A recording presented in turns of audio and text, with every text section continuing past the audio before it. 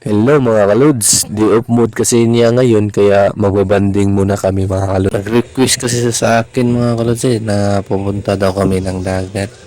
Pampawala daw ng stress. Kaya mga kalods, samahan niyo po kami mga kalods kahit konting banding at least man lang ba worth it, di ba? Yun lang talaga yung mahalaga di ba? Matagal na kasi kaming hindi nagbabanding mga kalods. Kaya napaisipan namin na pumunta ng dagat, pampawala daw ng stress. Kasi kapag na-stress kami or meron kami mga problema, dito talaga kami tatakbo. Dito pala yung daanan mga kalods na pupuntahan natin na dagat, yung beach Papasok na pala tayo mga kalods kaya ipo-forward ko na lang para madali. Kaya let's go. You know what I'm saying? Yeah. It's really easy. It's really easy if you think about it. Ay, ay, ay, ay, ay, ay. Candy stove, sweet like sugar.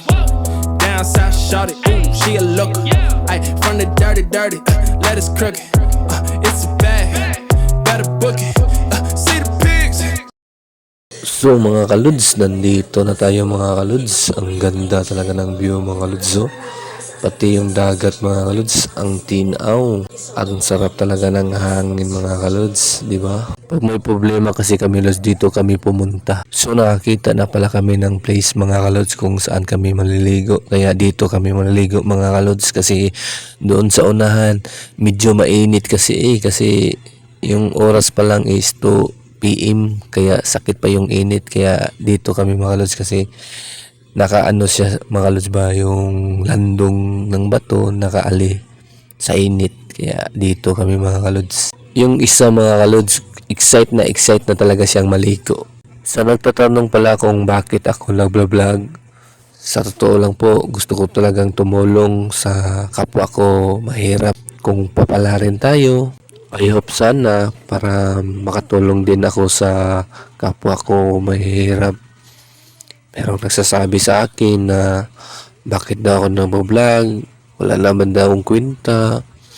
Dami kasing nagda-down sa akin pero hindi ko yan inaano kasi may goal talaga ako mga kalods, di lang sa sarili ko, di lang sa pamilya ko, pati sa mga kapwa ko mahirap talaga. Di man sa ngayon pero lagi ako napapray na sana papalarin ako para ako na din naman yung makatulong sa kanila. Yun lang talaga yung goal ko talaga mga kalods. Masaya na ako noon. Di man sa ngayon, I hope soon. Ipaplex ko lang yung dinadala namin mga kalods. Alam mo na, sa dagat, magugutom ka talaga. Di ba? Kain po tayo mga kalods. Meron kaming dala ditong 2 manok, 3 puso, at yung paborito niya talaga yung coffee. At meron din kaming mani. Sa mga solid supporter ko dyan at sa mga bago, maraming salamat po sa inyo sa walang sawa pong pagsusuporta. Di man gaano tong video na to pero nandyan pa rin kayo para sumusuporta sa akin. Kaya salute po ako sa inyo. Soon, ako na naman ang babawi sa inyo. So mga kalods, tara sabayan niyo po kaming maliligo.